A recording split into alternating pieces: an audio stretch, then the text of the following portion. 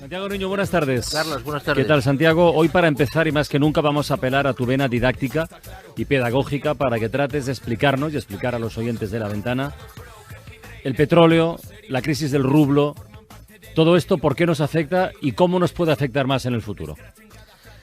A ver, es complicado esto, ¿eh? Ya, por eso. A ver si nos situamos.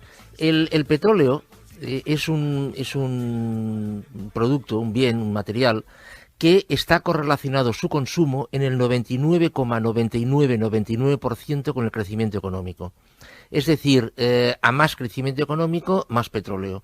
Es cierto que con el paso de los años la productividad en el uso del petróleo ha mejorado y ha producido una reducción en el consumo proporcional.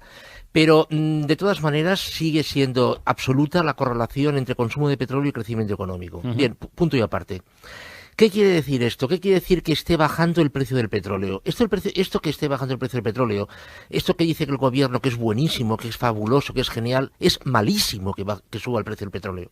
Y sobre todo es malísimo... ¿Que suba o que baje? Que baje. No, que baje. Es malísimo.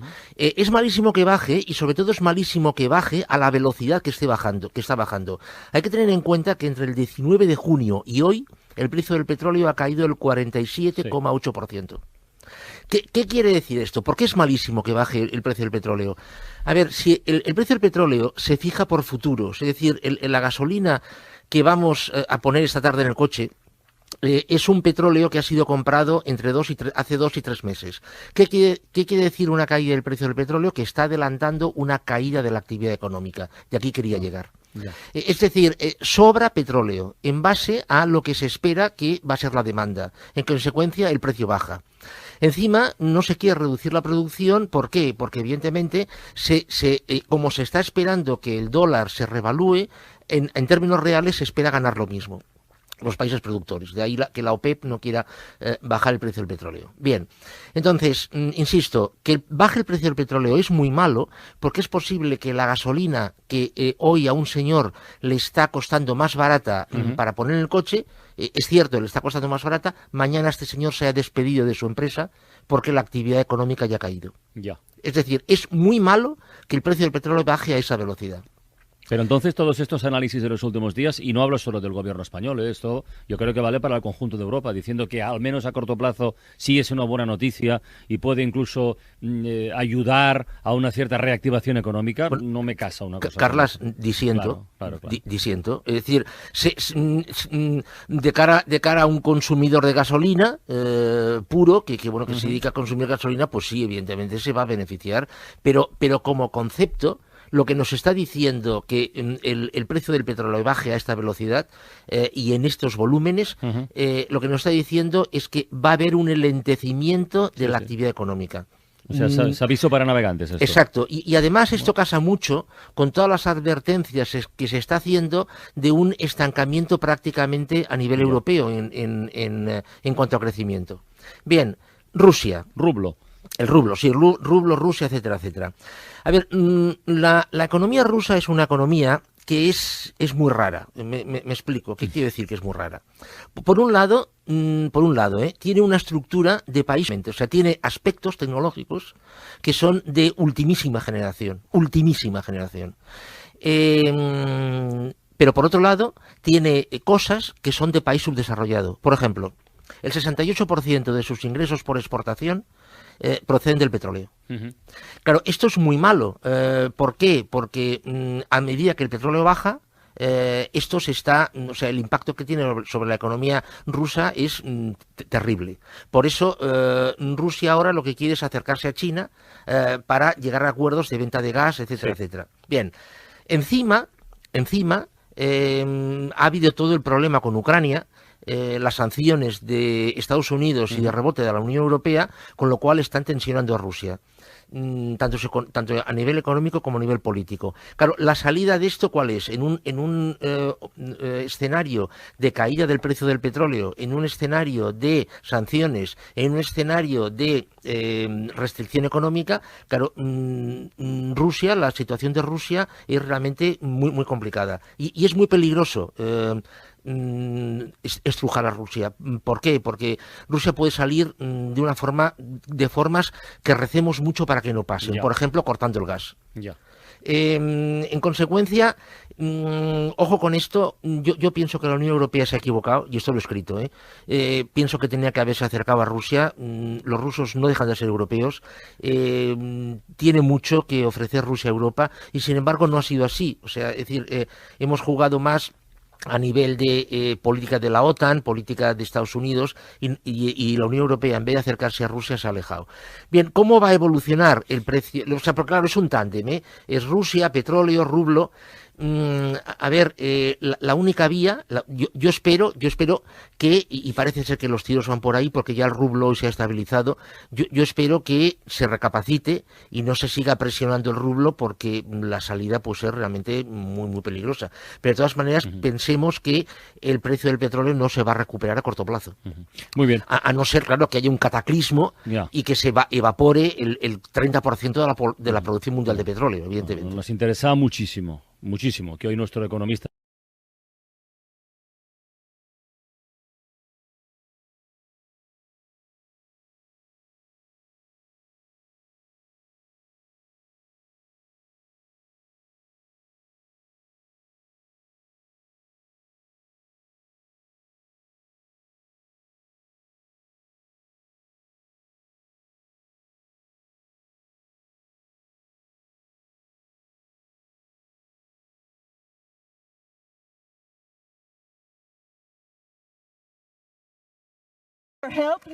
Rusia tiene la llave del gas que utiliza Europa y Ucrania es la puerta a través de la que entra al continente.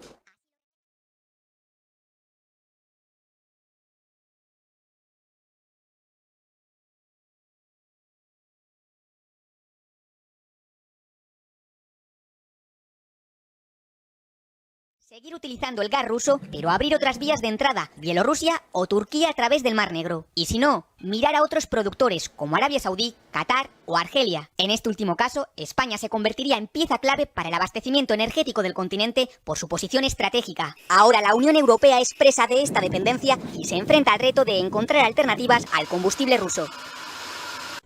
No únicamente para Rusia, sino en general para toda la economía mundial. ¿Por qué? El gran problema para mí, para Rusia, no es tanto esto, no es tanto el estado de la banca o la deuda, como otro problema, y es que la economía rusa está muy basada en materias primas. Entonces, en la exportación de materias primas.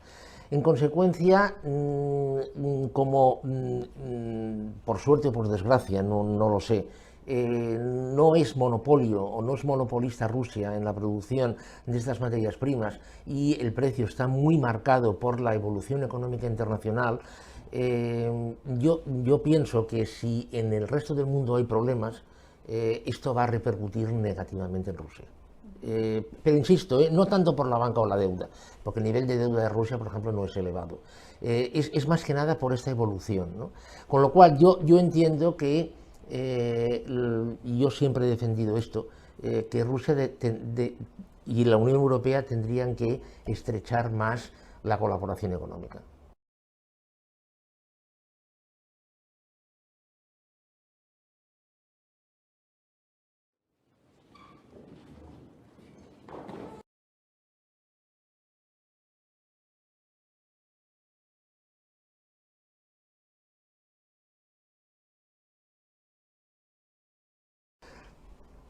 A ver, es que yo vuelvo a lo mismo. O sea, es que yo creo, mi opinión personal, y siempre ha sido esta, mi opinión personal, ya desde que se produjo la desaparición de la Unión Soviética. Yo pienso que las economías rusa y europea son complementarias en muchos aspectos. Yo creo que tendrían que acercarse las dos economías. La Unión Euroasiática puede funcionar, sí, pero aisladamente entiendo que muy poco. ¿Por qué? En parte por las características del modelo económico ruso. Es decir, yo creo que esta Unión Euroasiática tiene mucho más sentido en colaboración con la Unión Europea. Esta colaboración, cómo luego se establezca, esto habría que verlo. Pero evidentemente, en una economía que está totalmente globalizada, crear compartimentos yo creo que tiene bastante poco sentido. Mire, el concepto de BRIC, no olvidemos quién lo inventó. El concepto de BRIC lo inventó un analista de Goldman Sachs en el año 2000. Es decir, yo pienso que el concepto de BRIC fue un concepto que en su momento tuvo mucha fortuna porque sirvió para atraer inversión, pienso sobre todo en Brasil, etcétera, etcétera. Recuerde, entre paréntesis, recuerde que al principio era BRIC, sin la S final. La S fue añadida después, para meter a Sudáfrica, muy bien, no sé por qué, ¿no? Pero bueno, yo pienso que es un concepto que ha quedado bastante vacío de contenido, ¿no? O sea, Brasil ya ve cómo está, la India está todavía decidiendo qué hace o qué deja de hacer. Sudáfrica tiene unos problemas internos tremendos. Yo vuelvo a insistir, el concepto BRIC es un concepto que se basa en elementos separados. Cada letra es un país, es decir, se basa en unidades. Y yo creo que la evolución tiene que ser hacia la colaboración.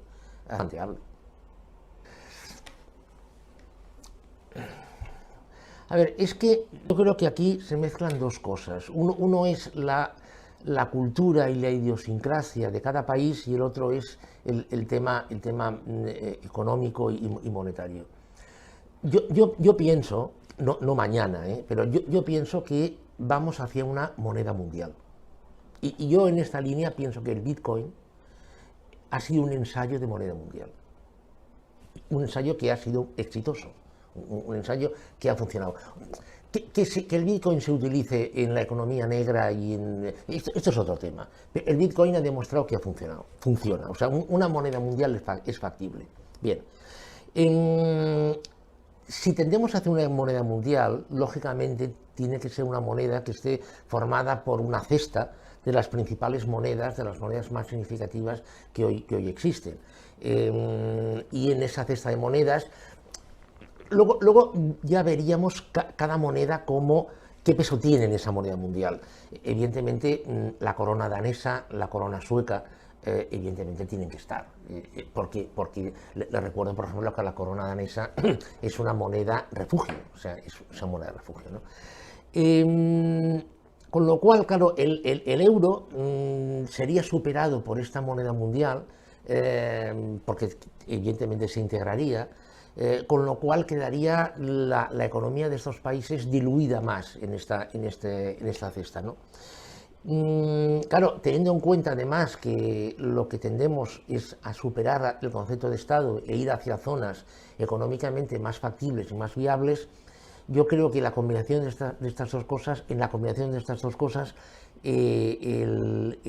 un país, una zona económica potente y evidentemente viable de un país nórdico puede convivir perfectamente con una zona económicamente viable y potente de un país del sur, sin ningún problema. Es decir, yo no veo ningún problema en que la economía de Flandes conviva con la economía del Véneto, por ejemplo, absolutamente ninguno, a pesar de que uno es un país o está dentro de un país, podríamos decir nórdico, seminórdico, y el otro en un país del sur, ¿no? Ahora, claro, es cierto que hoy por hoy la economía de Suecia o la de Dinamarca no tiene nada que ver con la economía de España, absolutamente nada. A ver, es que yo pienso que el concepto de clase media, el concepto de clase media tal y como se entiende en Occidente, que es esa clase media nacida después de la Segunda Guerra Mundial, una clase media que tenía unos ingresos basados en los salarios, unos salarios que eran crecientes, pleno empleo, etcétera, etcétera, ¿eh? O sea, hablamos de esta clase media. Es que yo creo que la clase media está desapareciendo en todas partes. O sea, es decir, no únicamente en Rusia, en todas partes. O sea, está desapareciendo, está retrocediendo en Estados Unidos, está retrocediendo en Francia, está retrocediendo en Alemania, está retrocediendo en España, por descontado. Piense usted, por ejemplo, que en Berlín, hoy, el 50% de la población de Berlín se ha despertado y no sabe si podrá hacer hoy 2 comidas. Entonces, claro, el concepto de clase media está retrocediendo porque la clase media está dejando de ser necesaria. Es decir, la clase media fue inventada para servir de colchón entre la clase baja y la clase alta, con las expectativas de que esa clase baja pudiera ser, a través del famoso ascensor social, pudiera acercarse a la clase media y formar una masa que produjese, consumiese, pagase impuestos, etcétera, etcétera.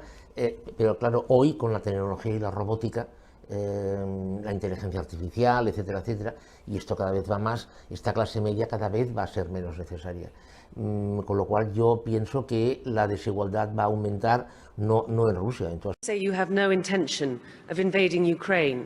So will you guarantee unconditionally that you will not invade Ukraine or any other sovereign country, or does that depend on how negotiations go? And another question, what is it, do you think, that the West does not understand about Russia or about your intentions? Наши действия будут зависеть не от хода переговоров, а от безусловного обеспечения безопасности России сегодня и на историческую перспективу. В этой связи мы ясно и четко дали понять, что дальнейшее движение НАТО на восток неприемлемо. Ну чего здесь непонятного? Мы что ли ставим ракеты рядом с границами Соединенных Штатов? Нет. Это же Соединенные Штаты своими ракетами пришли к нашему дому. На пороге нашего дома находятся уже. Ну разве это какое-то избыточное требование?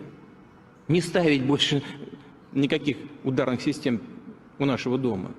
Ну чего здесь необычного? Вот как американцы бы отнеслись, если мы взяли там на границе между Канадой и США или на границе Мексики и США, поставили бы наши ракеты. А что, разве у Мексики и у США не было никогда территориальных вопросов? А Калифорния кому принадлежала раньше? А Техас? Вы подзабыли, что ли? Ну ладно, все затихло. Никто не вспоминает про это, так как вспоминают сегодня про Крым. Замечательно. Но и мы стараемся не вспоминать о том, что как Украина-то складывалась. Кто ее создал-то? Ленин Владимир Ильич, когда создавал Советский Союз. Договор 22 года союзный и 24 год Конституции. Правда, после его смерти, но по его принципам созданы. Значит, ну, вопрос в безопасности. Сейчас, бог с ней, с историей. Вопрос в обеспечении безопасности. Поэтому нам важен не ход переговоров, важен результат. Ну разве мы не знаем? Я же много раз уже об этом сказал. И вы наверняка знаете хорошо. Ни одного дюйма на восток, сказали нам в 90-е годы. Ну и чего? Надули. Просто нагло обманули. 5 волн расширения НАТО. И теперь уже, пожалуйста, в Румынии, сейчас в Польше появляются соответствующие системы. Вот о чем речь. Ну поймите же вы в конце концов. Не мы кому-то угрожаем. Мы что ли пришли туда, к границам США? Или к границам Великобритании, или куда? К нам пришли. И теперь еще говорят, нет, теперь и Украина будет в НАТО. Значит, и там будут системы. Или, бог с ним, не в НАТО, на двусторонней основе будут. Базы и ударные системы вооружений. Ну вот о чем идет речь. А вы требуете от меня каких-то гарантий. Вы должны нам дать гарантии. Вы. И немедленно. Сейчас. А не забалтывать это десятилетиями. И под такой вот мягкий говорок о необходимости обеспечения безопасности для всех делать то, что планируют. Ну как это можно не понимать? Сказали, не будем расширяться, и расширяются. Сказали, будет равные гарантии для всех по ряду международных соглашений. А этой равной безопасности не происходит. Вот смотрите, еще в 1918 году один из помощников Вудро Вильсона, президента Соединенных Штатов, сказал: всему миру будет спокойнее, если на месте сегодняшней огромной России появится государство в Сибири и еще 4 государства в европейской части. В 1991 году мы сами себя разделили на 12, по-моему, частей, да? Но такое впечатление, что нашим партнерам этого мало. Слишком большая Россия, по их мнению, сегодня, потому что сами европейские страны превратились в малые государства. Но даже после развала Советского Союза, где у нас только осталось 146 миллионов, и это слишком много. Мне кажется, только этим можно объяснить такое постоянное давление. Вот 90-е годы, значит, Советский Союз все сделал для того, чтобы выстроить нормальные отношения с Западом и Соединенными Штатами. На наших объектах ядерного цикла, военного цикла, сидели представители американских служб соответствующих. Ходили туда на работу, на объекты ядерного оружейного комплекса России. Каждый день они жили там. В правительстве России работали советники многочисленные, в том числе кадровые сотрудники ЦРУ. Ну чего вам еще больше это надо было? Зачем надо было поддерживать террористов на Северном Кавказе и использовать террористические явные организации для попыток развала Российской Федерации? Но это же делали, и я как бывший директор ФСБ это знаю наверняка. Мы работали там с двойной агентурой, они нам докладывали, какие задачи перед ними ставили западные спецслужбы. Ну зачем это надо было делать? Наоборот, надо было относиться к России как к возможному союзнику, укреплять его. Нет, все наоборот. Попытка дальнейшего развала. А потом начали расширять НАТО на восток. Ну, естественно, мы же говорили, не надо этого делать. Вы нам обещали не делать. А нам говорят, а где это написано на бумажке? Нету? Ну и все, идите вы подальше. Плевать мы хотели на вашу озабоченность. И так из года в год. И каждый раз мы огрызались, чего-то пытались, значит, воспрепятствовать чему-то. В озабоченности высказывали. Нет. Идите вы со своими озабоченностями. Будем делать то, что считаем нужным. 1, 2, 3, 4, 5. 5 волн расширения. Так что в чем нас не понимают? Я не знаю. Вы спросите, что здесь непонятного? Мне кажется, все понятно. Мы хотим обеспечить свою...